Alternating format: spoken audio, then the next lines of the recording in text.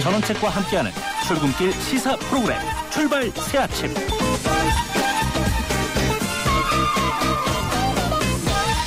예, 정책의 출발 새아침 3부 순서 시작합니다. 출근길 교통 상황 들으시겠습니다.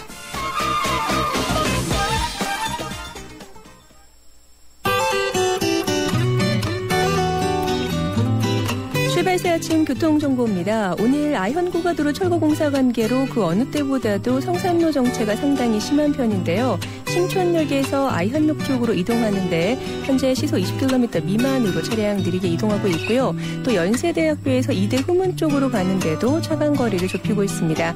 통일로도 홍은사거리에서 무학재역 쪽으로 가는데 속도 내기가 힘겨운 상황입니다. 내부순환로는 계속해서 홍은램프에서 홍지문 터널 사이로 양방향 비슷하게 밀리고 있고요. 성산대교 쪽으로는 정림램프 부근 지나는데도 시속 20-30km 안팎으로 통과합니다.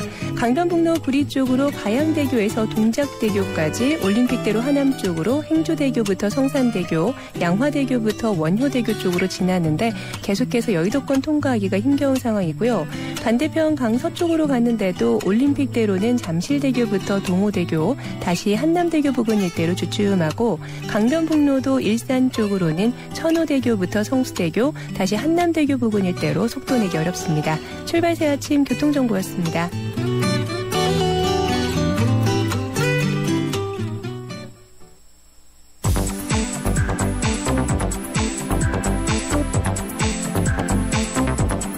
이 시간 주요 경제 소식, 경제 뉴스 브리핑. 네, 이 시간 경제 뉴스 알아보겠습니다. 한국경제신문 김민석 기자 전화 연결되어 있습니다. 안녕하세요, 김 기자님. 네, 반갑습니다. 예, 뉴욕 증시 소식부터 좀 전해주시죠. 예, 밤새 끝난 그 5일 뉴욕 증시가 저조한 경제지표 영향으로 혼조세로 마감했습니다. 다우지수는 전일 대비해서 31.78포인트, 0.19% 내려서 16,364.1에 거래를 마쳤습니다. S&P 500 지수는 0.01% 내렸고요. 반면 나스닥 지수는 0.14% 상승했습니다. 민간 회사인 그 ADP가 발표한 2월 민간 고용은 13만 9천 명에 그쳐서요. 예상치인 16만 명을 하회했습니다. 또 서비스업 경기 역시 4년 만에 가장 위축된 모습을 보였는데요. 공급관리자협회가 밝힌 2월 서비스업 지수는 51.6으로 전월에 54.0이나 예측치인 53.0을 잇돌았습니다. 연방준비제도는 이날 공개한 베이지북에서요. 혹한 탓에 경제가 부정적인 영향을 받았다고 평가를 했습니다. 다만 향후 전망은 대부분의 지역에서 대체로 긍정적이다 이렇게 강조를 했습니다. 시장은 오는 7일 금요일 날 발표될 2월 그 비농업 부문 고용지표에 주목하고 있습니다. 예, 그렇군요. 이 중국은 견인대에서 나온 얘기인데 돈을 풀어서 7.5% 성장 목표를 지키겠다 이렇게 밝혔죠. 중국발 경기 둔화 우려가 그치는 겁니까? 네, 중국의 그 최대 정치 행사 중에 하나인 그 전국 인민대표회의 전인대가 어제 시작됐는데요. 관심이었던 올해 경제 성장률 목표치가 지난해 같은 수준으로 제시됐습니다. 개명 연설에 나선 그 리커창 총리가 중국은 아직도 개발도상국이고 사회주의 초기 단계에 머물러 있기 때문에 합리적 성장 속도를 유지해야 한다면서 올해 GDP 성장률 목표치를 7.5%로 밝힌 겁니다. 지금 중국은 사실은 구조개혁을 위해서 돈줄을 약간 조이는 분위기였는데요. 예. 이 총리는 성장이 모든 문제를 해결할 수 있는 관건 이러면서요. 그 재정 적자를 지난해보다 12.5% 늘려서 안정적 성장을 달성하겠다고 강조를 했습니다. 또 환율의 안정적 유지를 위해서 위안화의 변동폭을 확대하겠다고도 밝혔습니다. 예, 중국이나 우리나 결국은 이제 성장의 모든 문제를 해결할 수 있는 관건, 이건 맞는 얘기인 것 같은데 어떻든 이 중국의 7.5% 성장 목표 시장이 어떻게 평가를 하고 있습니까? 네, 중국은 최근 그 제조 구매관리자 지수가 4개월 연속 하락하는 등 경기 둔화 조짐이 뚜렷했었습니다. 이에 따라서 올해 성장률이 지난해 7.7%보다 훨씬 낮아져서 7.5% 밑으로 가는 게 아니냐 이런 전망이 나왔었는데요. 이런 중국이 이제 적극적인 성장 정책을 펼치겠다 이렇게 밝히면서 세계 경제 회복에도 긍정적인 영향을 줄 것으로 보입니다. 다만 중국이 그 지난해와 같은 이런 높은 경제 성장을 목표치를 제시하면서 그동안 개혁을 하려고 했던 그림자 금융이나 그 산업 통폐합, 지방정부의 부채 개혁 등 이런 그동안의 개혁 노선을 유지할 수 있을지 그런 의문을 표하는 전문가들이 많습니다. 네, 그렇군요. 이 국내 뉴스를 한번 돌아보죠. 정부가 이 영세한 월세 임대 사업자에 대한 분리과세를 2년간 유예하는 대신에 전세 임대 사업자에 대해서 과세를 하기로 했다 해서 또 논란이 벌어지고 있네요. 어떻습니까? 네. 지난달 26일 그 정부가 주택 임대차 선진화 방안을 발표를 했었는데요. 이후에 그 과세 대상이 된 그 소규모 임대 사업자들의 반발에 부딪히면서 어제 정부가 보완책을 내놨습니다. 월세 소득이 연간 2천만 원을 넘지 않는 집주인에게 그 높은 세율이 적용되는 분리과세를 2년 동안 늦춰주기로 했습니다. 기존처럼 6% 그 종합소득 과세를 하겠다는 건데요. 또 2년 뒤에는 그 14% 단일 세율을 적용하는 대신에 필요 공비를 60%까지 인정해주고 기본 공제를 늘려서 세율을 지금과 같은 사실상 6% 수준으로 낮추기로 했습니다. 대신 정부는 그 과세 형평을 감안을 한다면서 2주택 보유자의 그 전세 임대소득에 대해서도 2016년부터 월세와 같은 방식으로 세금을 물리기로 했습니다. 그동안 그 전세 임대소득에 대한 과세는 주택을 3채 이상 보유한 사람에 대해서만 이루어져 왔었습니다. 예, 원래는 정부 대책이 월세 세입자들의 소득을 보전해 주는 것이었는데 지금 보니까 월세 전세를 주는 집주인에 대한 과세 대책, 그리고 세금을 더 거두는 대책으로 바뀌었군요. 예, 약간 그런 감이 있습니다. 그 정부는 이번에 사실 제대로 정책 효과를 예상하지 않고 설익은 대책을 내놔서 시장을 혼란에 빠뜨렸고요. 이게 반발이 나타나자 급히 보완을 했습니다. 문제는 그 보완책이 영구한 게 아니라 과세를 2년간 미룬다는 겁니다. 이에 대해서 그 6월 지방선거를 감안해서 만든 그런 임시 보완책이 아니냐 이런 지적이 나오고 있습니다. 예, 우리 경제팀 또 혼나겠군요. 이 개혁을 요구받는 공공기관 노조 304곳이 동시 임단협에 나서기로 했다면서요. 정부 계획 방침에 반항하는 겁니까? 반기를 드는 겁니까? 예, 그 한국수력원자력 등 그 300여 개 공공기관 노조가 22일께 그 동시 임금단체 협상에 나서기로 했는데요. 정부의 그 공공기관 정상화 대책에 맞서서 그 임단협을 거쳐서 5, 6월께는 총파업으로 이어가겠다는 움직임이어서 논란을 빚고 있습니다. 5월께 모두가 동시에 협상 결론을 선언하고 쟁의조정 신청을 거쳐서 총파업에 들어간다는 겁니다. 정부는 이 공공노조의 임단협 연대에 대해서 노사가 자유를 해결할 문제이며 개입하지 않겠다는 입장을 분명히 했습니다. 대신에 임단협을 공공기관 정상화 계획을 거부하는 명분으로 삼을 경우에는 법적 책임을 묻겠다는 방침입니다. 다만 그 6월 지방선거를 앞둔 정부가 이런 대대적인 총파업이 일어날 경우에 계속해서 공공기관 개혁을 밀어붙일 수 있을지 거기에 대해서 관심이 쏠리고 있습니다. 예, 고맙습니다. 오늘은 여기까지만 듣겠습니다. 네, 감사합니다. 예, 지금까지 한국경제신문 김민석 기자였습니다.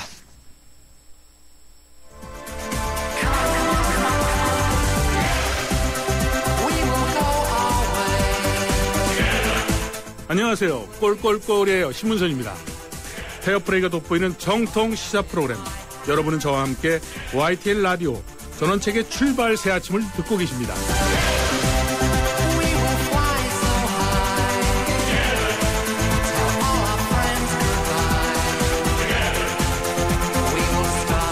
방금 프로축구 신문선 성남 단장의 그 목소리를 들었죠. 예, 축구 우리 국기입니다. 2014년 브라질 월드컵이 이제 100일도 채 남지 않았는데요.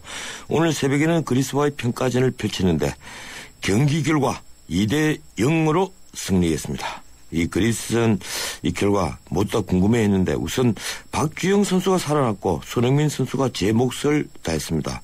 그런데 수비는 여전히 불안했습니다. 예, 그리스전 결과와 앞으로 남은 과제까지 전문가 의견을 듣겠습니다. 예, 박문성 SBS 축구 해설위원 전화로 연결되어 있습니다.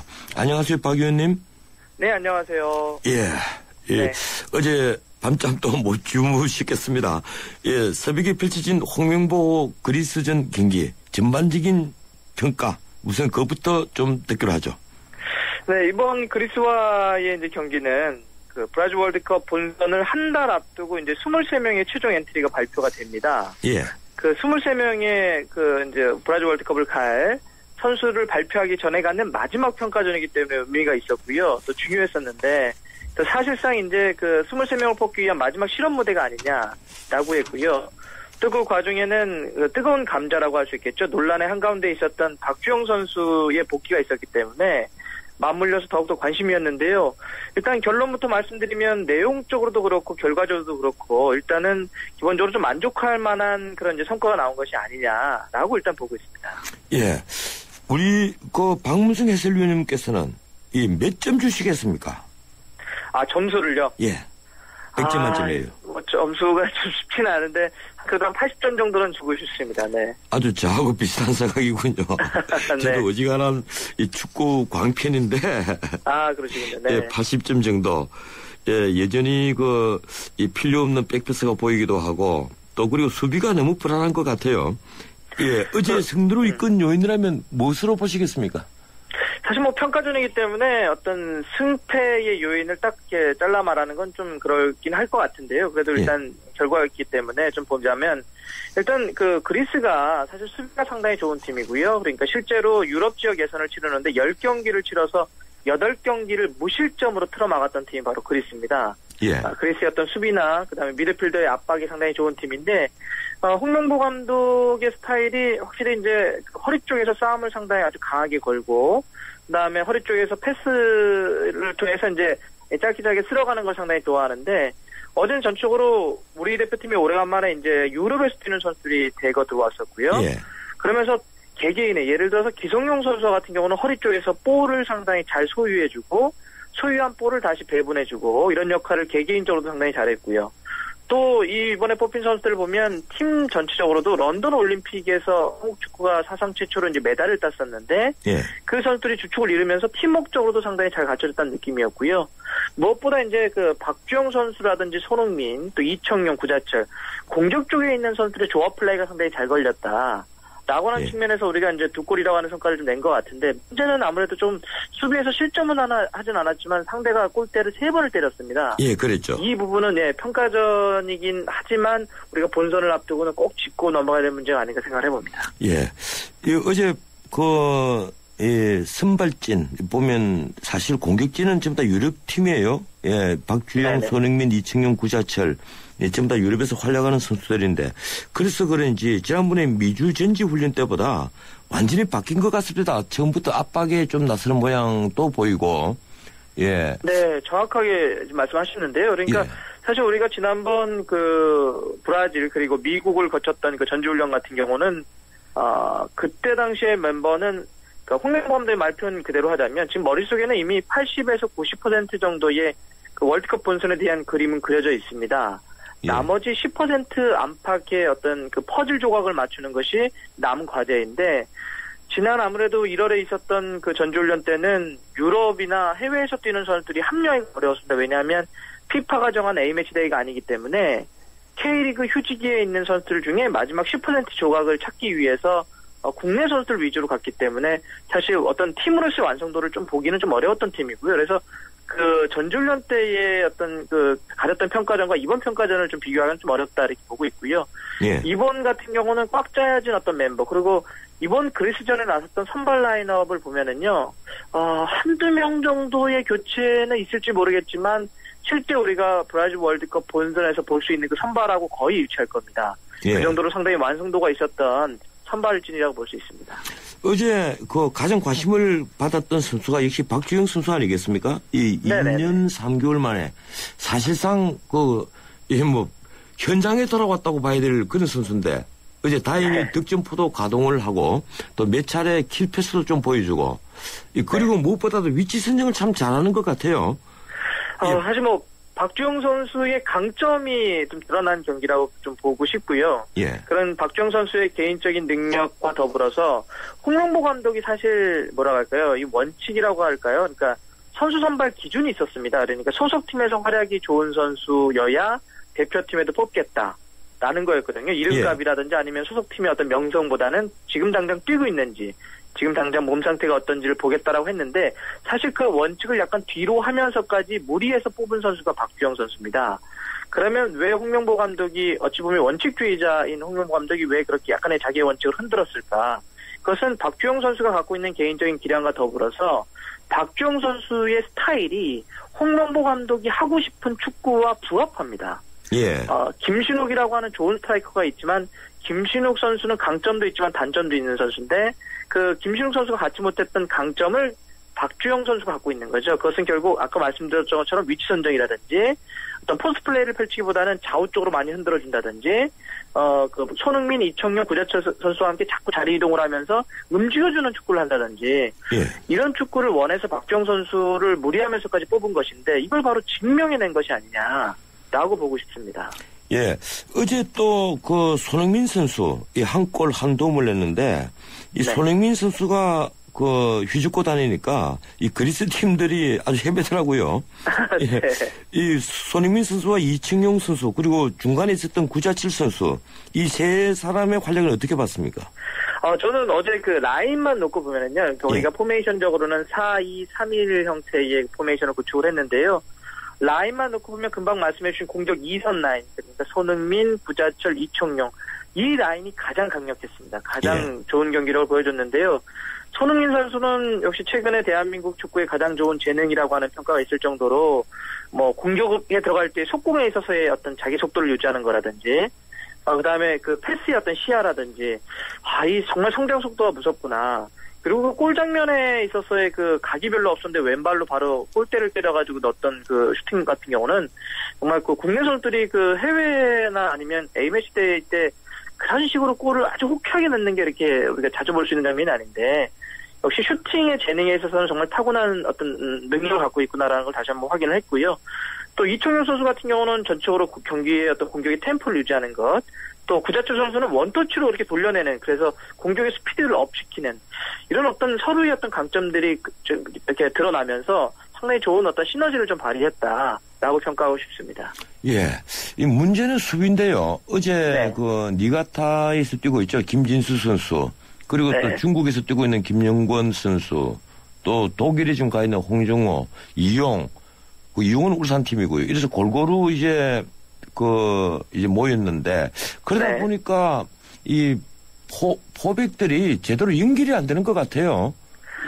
네, 일단은 어제 수비가 전적으로 좀 문제였습니다. 또 어떤 그 포백 라인도 약간의 좀 고민이 좀 필요하긴 하는데 사실 현대 축구에서 수비수 한두 명이나 아니면 수비 라인만 갖고 얘기하기는 좀 어려울 것 같고요. 예. 전적으로 미드필더와 그다음에 공격 2선 또 전방의 어떤 공격수들의 수비 가담까지 묶어서 봐야 될 것 같은데요.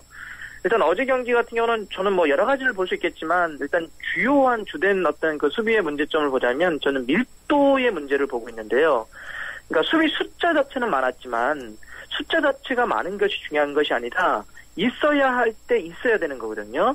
예. 수비수가 상대 공격이라든지 아니면 흐름에 따라서 마크해야 될 곳을 마크하고 또 그런 것들이 서로 수비수들마다 서로 약속되어 있는 위치에 가 있어야 되는데 숫자는 많이 뒀지만 수비의 밀도, 즉 가 있어야 할 때 가 있지 못하는 그런 모습들이 보였다는 거죠. 그래서 그런 수비 밀도라고 하는 부분을 우리가 남은 시간 동안 조금 더 가다듬어야 되지 않을까. 결국 수비라고 하는 것은 수비수 개인의 문제, 어떤 개인이 풀 수 있는 문제가 거의 없거든요. 결국 조직이 방어를 해야 되는 문제이기 때문에 이런 어떤 조직 방어 형태를 좀 더 우리가 좀 고민을 해봐야 되지 않을까 생각을 해봅니다. 어제 후반전에 박주영 선수 대신에 이제 김신욱을 그 스트라이커로 집어넣고 또 그리고 그 많이 선수들이 좀 바뀌었죠. 예. 이근호 선수, 김보경 선수, 하대성 선수 많이 들어갔습니다. 김보경 선수가 참 투입이 됐습니다. 어떻게 지켜보셨습니까? 사실 뭐 짧은 시간이었고요. 또 평가전 때는 한꺼번에 선수를 많이 바꾸기 때문에 사실 그렇게 개개인의 선수를 평가하기는 좀 어려움이 있습니다. 하지만 어제 교체 들어갔던 선수들은 분명히 지금 홍명보 감독의 머릿속에 들어가 있는 구상이 있는 선수들이고요. 특징이 좀 다른 선수들입니다. 예를 들어서 뭐 김신욱 선수 같은 경우는 2m에 가까운 키인데 발밑도 상당히 부드러운 선수고요. 이근호 선수는 전방과 측면과 세컨 스트라이커를 다 볼 수 있는 멀티한 공격수고요. 또 김보경 선수 같은 경우도 왼쪽과 중앙을 다 뛸 수 있는 선수고요. 그래서 지금 사실 우리가 이제 월드컵 본선이라고 하는 것은 워낙 꽉 조여진 일정 쪽에서 여러 가지 변수들이 있기 때문에 플랜 A도 중요하지만 플랜 B도 상당히 중요하거든요. 그래서 어제 교체 출전에 들어갔던 선수들은 경기 흐름과 상대에 따라서 충분히 중용이 또 예상될 수 있는 선수들이기 때문에 그런 어떤 그 흐름적인 어떤 차원에서 좀 지켜봐야 되지 않을까 생각을 해봅니다. 예, 끝으로 골키퍼는 어떻게 보셨습니까? 정승영이냐 김승균이냐 아직도 우리 국민들조차도 이 지지도가 다른데요. 네. 아마 이게 축구의 신이 존재한다고 해도 누가 나중에 본선에 쓸지는 아직도 잘 모를 것 같은데요. 그러니까 이번에는 정성윤 골키퍼가 이제 섰고 물론 이렇다 보니까 이게 마지막 평가전이었기 때문에 물론 이제 우리가 솔직히 23명 발표되면 평가전을 또 합니다. 하지만 이제 23명 발표되기 전에는 마지막 평가전인데 마지막 평가전에 정성윤 골키퍼가 나왔기 때문에 조금 경쟁에서 우위에 쓴 것이 아니냐라고 하지만 지금 우리가 2002년 때도 경험을 했지만 이윤재, 김병지 골키퍼가 계속 오가다가 나중에 이윤재 선수가 판단됐었거든요. 예, 그랬죠. 이번에도 마지막까지 갈 가능성이 있다. 그래서 골키퍼 포지션은 조금 더 지켜봐야 될 것 같습니다. 예, 고맙습니다. 오늘 여기까지 듣겠습니다. 네, 고맙습니다. 예, 지금까지 박문성 SBS 축구 해설위원회였습니다. 3부 순서 여기서 마치고 잠시 뒤 4부 이어가겠습니다. 300만 경제 수도 인천의 시대가 열립니다. 세계적인 국제도시 홍콩, 싱가포르, 제네바와 어깨를 겨루겠습니다. 2014년 9월 19일 45억 아시아인의 나눔과 화합의 대축전 인천 아시안게임이 펼쳐집니다. 45개국 아시아인의 꿈과 감동의 제전 아시아의 새로운 미래가 열립니다. 2014 인천 아시안게임과 장애인 아시안게임을 나눔과 배려, 공감이 있는 아시아인의 축제로 모두가 행복한 인천, 시민과 함께 만들겠습니다. 전국적으로 조류 인플루엔자가 번지고 있습니다. 닭과 오리 등을 통해 직접 전염되기도 하지만 사람을 통해서 또 운반 차량을 통해서 전염이 되기도 하는데요. 가급적 농장 출입을 자제해 주시고 출입을 할 때는 반드시 소독을 철저히 해주시기 바랍니다. 닭과 오리들이 갑자기 사료를 적게 먹거나 졸음 증상 혹은 폐사를 보일 경우에는 경기도나 일선시군 가축 방역기관으로 신고해 주세요. 방역을 위해 출입 차단과 이동 제한 등의 불편이 있겠지만 추가 확산을 막기 위한 것이니 적극 협조해 주시기 바랍니다. 지금까지 세계 속의 경기도에서 알려드렸습니다.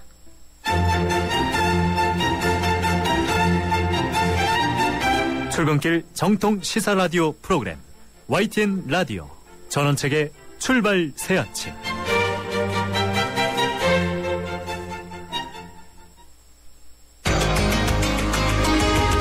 우리 사회를 달구는 뜨거운 이슈를 추적합니다. 출발 새 아침 이슈 포커. 예, 전원책의 출발 사침 4부 순서 시작합니다. 매주 목요일 마련하는 이슈 포커스 시간입니다. 한 주간 주요 이슈를 두고 전문가를 직접 스튜디오에 모시고 깊이 있게 짚어보는 시간이죠. 이번 주에는 공공의료 정책의 주요 책임자 중에 한 분입니다. 국립중앙의료원 윤여유 원장님을 모시고 국립중앙의료원을 둘러싼 최근 이슈와 공공의료 및 의료 현안에 대해서 말씀 들어보겠습니다. 국립중앙의료원 윤여유 원장 오셨습니다. 어서 오십시오. 예, 감사합니다. 안녕하세요. 예, 이 국립중앙의료원이라면 저희들이 어렸을 때는 메디컬 센터 이렇게 알고 있었는데 동대문 지나면서 한 번쯤 다들 아마 봤을 겁니다. 그런데 아직도 어떤 병원이고 어떤 기관인지 잘 모르는 분들이 많이 있는 것 같아요. NMC라고 하지 않습니까? 어떤 곳입니까? 예, 아마 여러 국민 내지는 서울 시민들 많이 알았을 것 같고요. 우리나라 아마 의학을 전도하는 선진의학을 저쯤에 시작을 했습니다. 한 60년 전에 1958년도에 스칸디나비아 삼국에 해가지고 우리나라 병원선 타고 올 때 그때 와서 만드는 겁니다. 저희가 의과대학 다닐 때도 국립중앙의료원에서 실습을 했을 정도고 아주 그랬군요. 예, 유명한 의사들이 많이 와 있었던 거고 내셔널 메디컬 센터라고 해서 저희가 약자로 NMC를 쓰고 있습니다. 예, 그렇다면 공공의료 정책에 대한 보급, 교육 이런 것도 다 하는 걸로 되어 있더라고요. 예. 예, 그렇습니다. 지금 말씀드린 대로 국립중앙의료원이라면 남들이 보기에는 병원만 계산을 하고 있는데요. 실질적인 얘기로는 병원도 일부의 큰 역할을 하고 있습니다만 우리나라의 그 공공보건의료 본부로 역할을 하고 있습니다. 잘 아시다시피 쉽게 말씀드리면은 요번에 뭐 필리핀에 그 닭이 재난이 있을 때 예. 저희가 예전에는 각 병원마다 따로 갔습니다만은 저희가 준비해가지고 바로 한 48시간 내에 갔고요. 그 다음에 이 북한 이탈 주민이라든가 혹은 이 국제보건 진료할 때 저희가 나가고 있고요. 또 하나는 그거보다도 우리나라에 한 의료원이 있습니다. 한 예. 200여 개인데 거기에 대한 평가라든가 교육이라든가 혹은 여러 가지 사업 지원 같은 것들이 하고 있고 그다음에 쉽게 여러 국민들이 할 수 있는 거는 닥터 헬기라든가 혹은 요번에 경주 사태에 눈사태 났을 때 그럴 때도 어디 가라 하는 이런 지령을 하고 있고 119 구급대의 모든 총괄을 다 여기서 하고 있습니다. 아, 그렇군요. 119 총괄 지원을 지금 국립중앙의료원에서 하는 겁니다. 예, 그러니까 소위 말해서 중앙응급의료센터라는 기능이 있어서 이런 응급의료에 관한 모든 걸 저희가 좀 하고 있습니다. 그래서 그렇군요. 병원 이외에 여러 가지 이 공공의료에 대한 역할이 많이 있는 데입니다. 예, 그 부분은 저도 모르고 있었던 부분입니다. 어쨌든 이번에 그 국립중앙의료원이 또 뉴스에 계속 나오는 이유가 동대문에 지금 위치하고 있는 이 병원을 강남의 원지동으로 이전한다. 그런데 이제 중구라든가 그 강북에 있는 서울 5개 구의회가 반대 공동성명서를 내고 이걸 강북권의 의료 공백이 생기는 것 아니냐. 그리고 취약계층은 강북에 더 많다. 이 서민의 의료권이 이제 침해될 수가 있다. 이런 반대 논리를 지금 들고 나오고 있거든요. 어떻게 보십니까? 예, 아마 요즘에서 저희가 지나가다 보면 국립중앙의료원이 뭐 하는 데인데 어디 있는 데인데 물어보는 시민들이 많습니다. 예. 아주 저희가 유명세를 많이 타고 있습니다. 강북에서도 그렇고 서초구에서는 빨리 어서 오십시오 하는 얘기가 있고요. 그래서 아마 국립중앙의료원을 시민들에게 이해시키기에는 좀 편한 것 같습니다. 그 전에 국립중앙의료원은 이런 어떤 병원 기능보다도요, 국가에서 하는 이런 의료 정책에 입안을 하는 데입니다. 그래서 아까도 말씀 잠깐 올렸습니다만은 병원으로서의 기능도 중요하지만은 공공의료의 기능하는 게 더 중요합니다. 예. 그래서 11년 전에 이게 벌써 결정이 된 겁니다. 원지동으로 가기로 한 거를. 거기에 보면은 이런 병원보다도 외상센터, 중증 외상센터죠. 여러분 잘 아시다시피 석선장 다치고 나서 유명해졌고요. 그다음에 사르스나 이런 감염병 센터. 예. 특히 필요한 겁니다. 이런 게. 근데 만약에 이런 어떤 국가적인 게 필요해서 그걸 가는 거지 무슨 환자 진료라든가 이런 거는 아니죠. 예, 그러니까 공공의료 기능을 위해서 그걸 이제 충실하기 위해서 원지동으로 이제 가려 하는데 문제는 이제 강북에 있는 사람들은 어떻든 지금까지 국립중앙의료원이 맡고 있었던 소위 서민 치료, 그리고 영리와 상관없이 해주던 이런 이제 가난한 사람을 위한 그리고 의료급여를 환자라고 합니까? 그런 사람들을 위한 어떤 활동이 축소되는 것이 아니냐. 이 강북은 이제 좀 불편하겠죠. 멀리 떨어지니까. 좀 대책을 세우셔야 되는 것 아닙니까? 예, 아주 말씀 제대로 잘 해주셨습니다. 우리나라에 보면은 저희 국립중앙의료원이 한 의료급여 환자 좀 못 사는 30% 정도 저희가 보고 있습니다. 서울대학이 한 2%, 다른 대학은 거의 안 본다고, 몇 사람 안 된다고 생각할 수도 있고요. 근데 이제 그 전에, 그러니까 의료 법인화되기 전에 몇 년 전, 2, 3년 전만 해도 가는 거에 대해서는 그렇게 별로 얘기가 없었어요.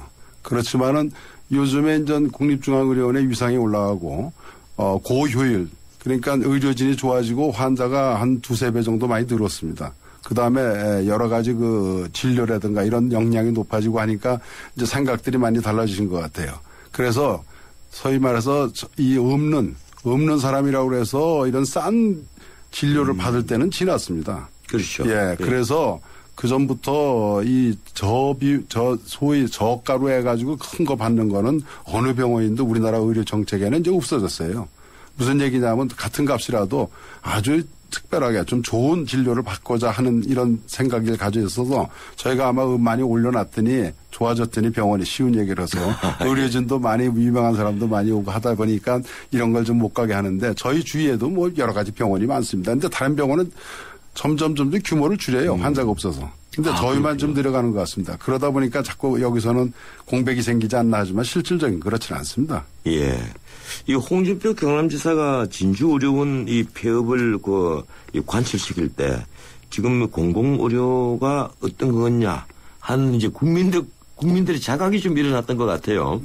예. 지금 공공의료기관이 흑자를 내는 곳은 거의 없고 엄청난 이제 적자를 많이 내면서 이 낮은 생산성 그리고 노조들 문제까지 계속 거론되고 있는데 어떻습니까? 이게 원지동 이전 문제가 공공의료 이슈로 확대되는 건 아니겠죠? 그렇지는 않을 것 같아요. 이제 공공의료라고 하면 국민들이 생각하기에 이게 무조건 아주 없는 사람만 같이 무료로 치료하는데 이렇게 하는 게 우리나라에는 이제 건강보험관리보험 내지는 의료급여 환자 뭐 차상급 환자에는 이런 모든 계층에 있어서 다 혜택이 가게 돼 있습니다. 예전하고 좀 다르죠. 지금 뭐 거의 3만 불 시대에 GNP가 올라가는 세대에 이렇지는 않아요. 그래서 아마 지금 금방 말씀하셨습니다만 진료의료원도 이런 걸 좀 슬기롭게 해결을 했으면은 이게 폐업까지는 안 가지 않았나 이렇게 저 개인적으로 생각하고 있습니다. 그래서 공공의료로 하면은 우리 국민이 보통 남이 안 하는 소위 말해서 기피하는 이런 그렇지만 꼭 있어야 되는 의료기관으로 생각하시면 아마 될 것 같습니다. 예, 어쨌든 지금 강북에서는 다시 이 병원을 강북에 개원을 하면 가겠다. 90%가 넘는다. 그런 환자들이요. 이제 이런 기사가 나오고 또 119과학에서 이런 우려를 합니다. 지금 중증의상이나 감염질환, 대규모 중증 감염, 이 긴급재난 같은 특수 진료 기능 경쟁력을 이제 강화하신다. 이렇게 우리 그 원장님께서 말씀을 하셨다는데 그런 걸 강화하려면 입지 조건이 지금 원지동이 더 못한 것 아니냐. 차라리 중앙에다 여기에다 새로 신축을 한다든지 해야 되는 것 아니냐. 이런 주장이 계속 나오거든요. 예, 그런 면에 있어서는 아마 원지동이 최적의 장소 같습니다. 그렇게 판단하십니까? 거기에 왜 그러냐면 아마 지금 여러분 아시다시피 뭐 정신병 환자 병원을 할 때 다 주민들이 반대하지 않았습니까? 예, 그랬죠. 예. 여기다 만약 감염병 센터, 사스나 혹은 뭐 에이즈 환자 혹은 이런 결핵 환자 넣는다 그러면은 다 반대할 겁니다. 아마 을지로육과 인근 주민들이 반대를 하죠. 또 그들은 님비 현상으로 또 반대를 하죠. 예. 그래서 이런 이 외상센터 같으면은 헬리콥터 뜨고 왔다 갔다 하고 하면 굉장한 여기는 정체도 될 뿐더러 주민들이 원하지는 않을 겁니다. 그래서 그 자리에 최적의 장소가 저희가 보기에는 원지동이고 바로 고속도로 옆에 있고 전국에서 올 수 있는 헬리포트라든가 패드라든가 이런 게 만들 수 있고 또 하나는 감염병 센터가 사실 보면 큰 문제입니다. 여러분 잘 아시다시피 사스라든가 혹은 에이즈 환자 혹은 다른 결핵 환자 이런 게 우리가 사실 많이 보고 있거든요. 근데 그걸 밖으로 알려주면 아마 있고 싶어도 나가라고 할 겁니다. 아마. 그래서 원지동이 좀 떨어지는 원지동이 최적지다. 예, 그 말씀도 일리가 있네요. 예, 어쨌든 지금 현재 중앙의료원은 굉장히 낙후되어 있고 이 국가에서 참 중추기관인데도 낙후되어 있다. 이건 사실인 것 같아요. 예, 그래서 2009년에 이제 법인화를 했죠. 예, 2010년 4월 달에 했습니다. 2010년 4월이군요. 그때 2009년에 추진해서 2010년 4월 달에 됐는데 이 특수법인화이긴 합니다만은 일각에서는 이게 의료 민영화 수순 아니냐 또 이런 반발이 있었습니다. 어떻게 생각하십니까? 예, 2010년 이전에는 아마 환자들 여러 시민들께서 와보셨으면은 그때하고 지금하고는 완전 천지가 개벽했다는 얘기를 많이 듣고 있습니다. 무슨 얘기냐 하면 법인화돼서 자율적으로 운영을 하다 보니까 좀 더 낫고 깨끗하고 환자에 대한 서비스를 좀 향상시키자 해가지고 자율적인 노력이 많이 했습니다. 정부에서도 투자를 많이 했고요. 그렇지만은 여러분 잘 아시다시피 정부에서 하는 그 병원이라든가 이런 거는 자율성이 없기 때문에 낙태될 수밖에 없어요. 도태될 수밖에 없고 그다음에 새로운 학문이라든가 이런 거 할 수가 없습니다. 자율성이 없기 때문에.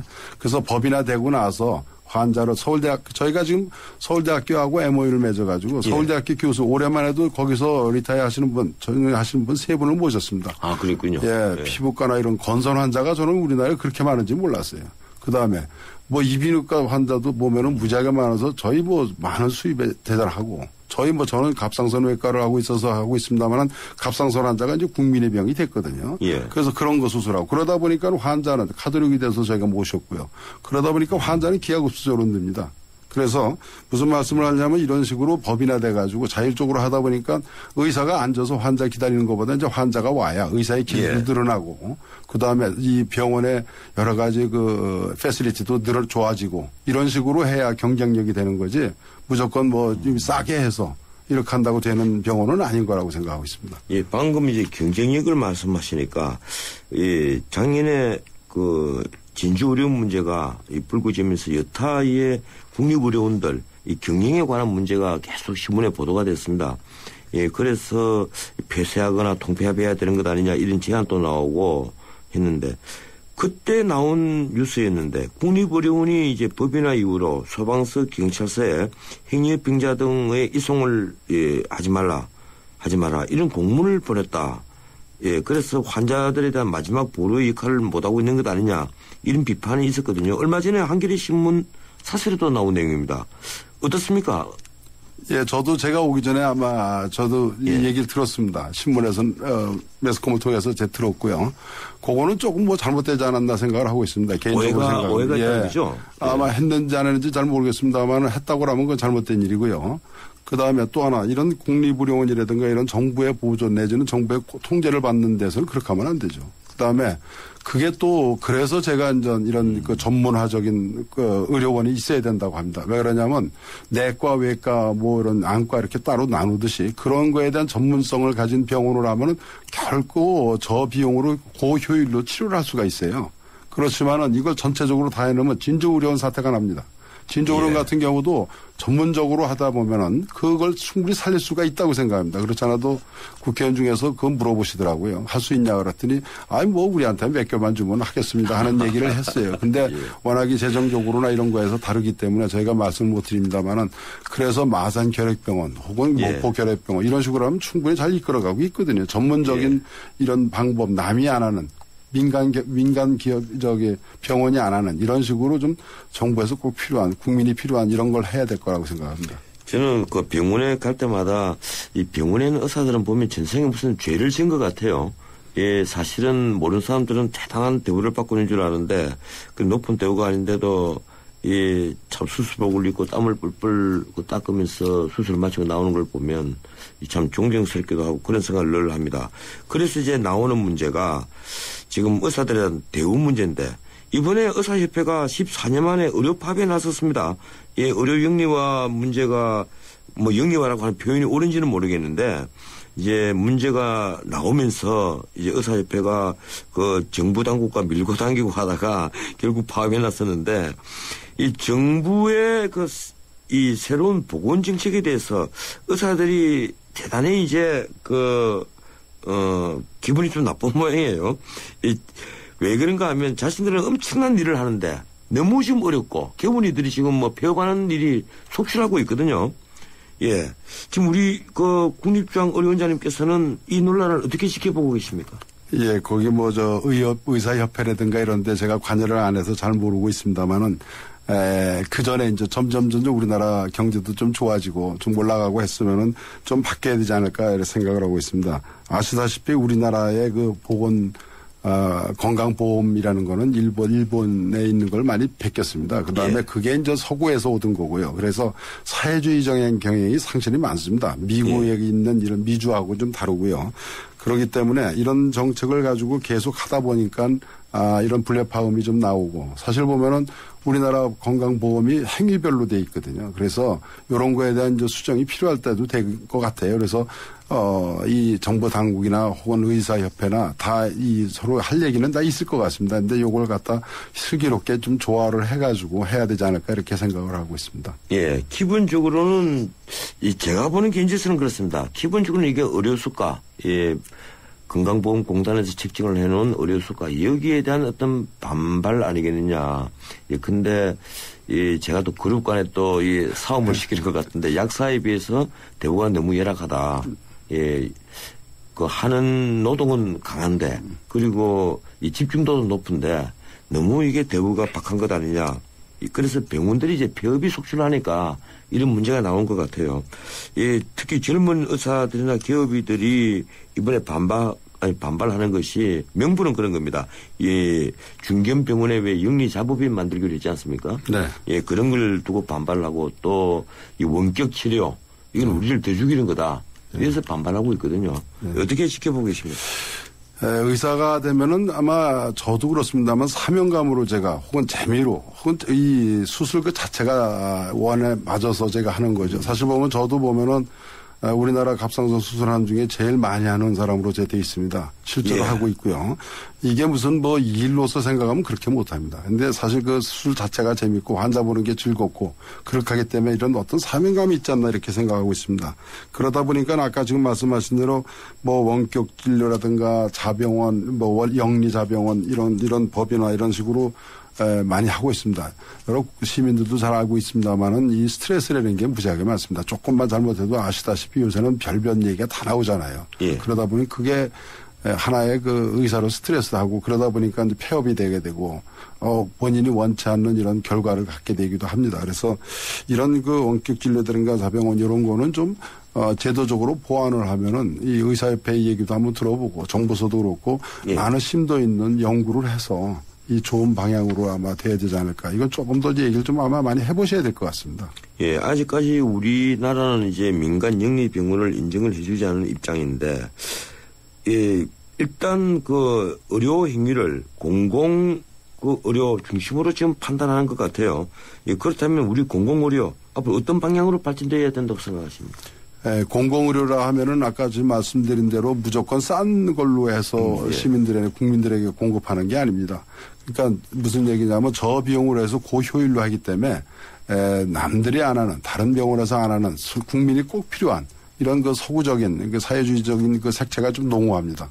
이런 것으로 하려고 하면은 아주 영향력 있는 사람들도 거기에 맞춰서 따로 아까 말씀 잠깐 올렸습니다만 각 분야별로 서로 나누어서 거기에 맞는 그래서 진료를 해야 되지 않나. 그래서 저희가 지금 외상센터도 여러분 잘 아시다시피 저기 답신이에서 다쳤는데 뭐 영등포 가서 누워있는 사람도 있고 그렇습니다. 그래서 이런 네. 그거를 좀 없애고요.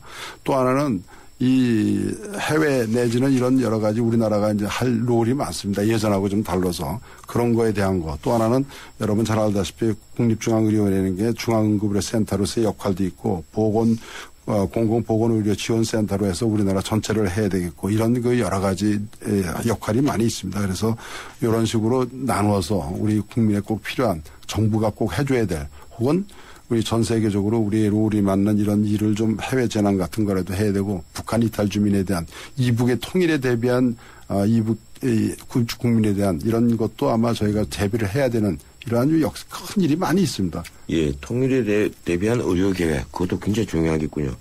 제가 그 아주 편하게 대답을 하나 기대를 하면서 저도 편한 질문을 하나 드리겠습니다. 사실 일반 개원이들이나 중간급 병원의 의사들 얘기를 들어보면 가장 큰 불만이 이거예요. 이 환자를 이 진료를 하면서 좀 고급 치료를 해주고 싶고 좀 특별한 이 진료가 필요한데도 현재 그 보험공단의 이 보험에서 대상이 안 되는 그런 진료가 있고 그런 처방이 있다는 겁니다. 그럴 경우에 의사들이 가장 이 고민에 빠진다는 거예요. 그렇다고 해서 환자가 대단한 부자도 아니니까 말이에요. 예, 이런 걸 어떻게 해소를 해야 합니까? 사회자님께서 워낙 주위에 의사가 많으시고 가족도 있으시다고 제가 듣고 있습니다만은 예. 지금 아주 정확한 아주 중요한 질문을 좀 해주셨습니다. 사실 보면은 우리나라 진료 내지는 우리나라 여러 가지 CMP로 봐서는 선진국 대열에 들어갔다고 생각을 하고 있습니다. 그래서 국민이 원하는 거는 이제는 싸다고 해서 이 주위에 있는 병원 가는 게 아니라 아무리 싸더라도 비싸더라도 이런 사립병원에 유명한 병원이 있잖아요. 거긴 접근성이 불편한데도 거기 일부러 찾아갑니다. 그렇다고 해서 우리가 없다고 해서 우리 보험이라는 건 저도 건강보험료를 내고 있습니다는 제가 낸 거나 재벌들이 낸 거는 아마 몇 천만 원씩 될 겁니다. 그런 사람이 낸 거나 우리나라 모든 국민은 똑같은 진료를 받고 있거든요. 이건 아주 그렇죠. 좋은 제도라고 저는 개인적으로 생각하고 있습니다.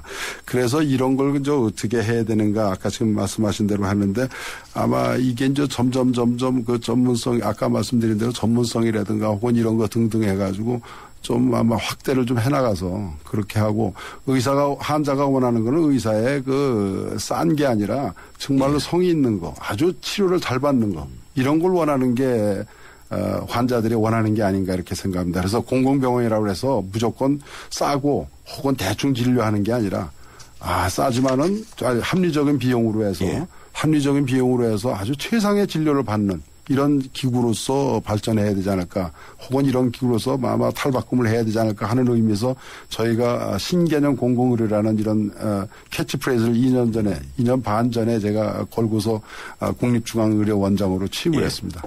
예, 끝도 이제 한 30초 남았습니다. 예, 원지동 시대가 열린다면 예, 어떻게 하겠다, 포부 간략하게 말씀해 주십시오. 예, 이게 늦었습니다. 이게 우리나라에 보면 하다못해 중국이나 일본 이런 건 말도 할 거 없고 웬만한 나라 다 있습니다. 이거 예. 빨리 해야 됩니다, 지금. 예, 그래서 아마 좀 하루라도 빨리 좀 가서 체계를 잡아야 되지 않을까 이렇게 생각합니다. 예, 원지동 시대를 하루라도 빨리 열고 싶다. 예, 지금 아주 희망의 차이군요. 고맙습니다. 오늘 여기까지 듣겠습니다. 예, 매주 목요일 마련하는 이슈 포커스 시간. 지금까지 국립중앙의료원 윤유기 원장과 함께했습니다. 정말 고맙습니다. 감사합니다. 해나루 하나면 돼. 식탁 가득 행복해. 좋아 해나루. 잘 지내 나루 쌀에 감자 사과도 있어. 당진 해나루. 우리 집 건강 지킴이 행복 지킴이 당진 해나루. 당신을 위한 참 좋은 먹거리 당진 해나루.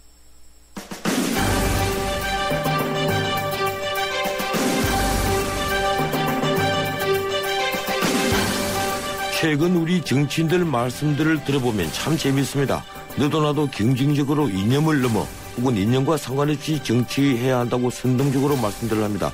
이 말 자칫 잘못하면요, 본의와 상관없이 오해받습니다. 언뜻 들으면 이념은 불필요한 것이고 그런 이념에 매몰되어 싸움질을 하는 대신에 민생을 위해 노력하겠다고 하니 참 좋은 말로 들리는데요.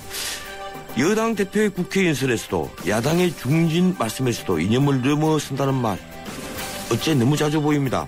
그러나 민생을 위해 내놓는 정책들도 이념에 기반하지 못하면 그건 전부 인기 영합적인 정책에 불과합니다. 무릇 훌륭한 정치는 이념에 기반해야 합니다. 정당도 이념과 정책으로 뭉쳐 정권을 획득하기 위한 결사체이죠. 그래서 이념에 기반하지 못한 정치인은 기회주의 정치인이고 그런 정치인들이 하는 정치는 반드시 부패하는 결말을 맞습니다. 오늘은 여기까지입니다. 날씨가 갑자기 추워졌습니다. 건강 조심하십시오. 내일 뵙겠습니다. 고맙습니다.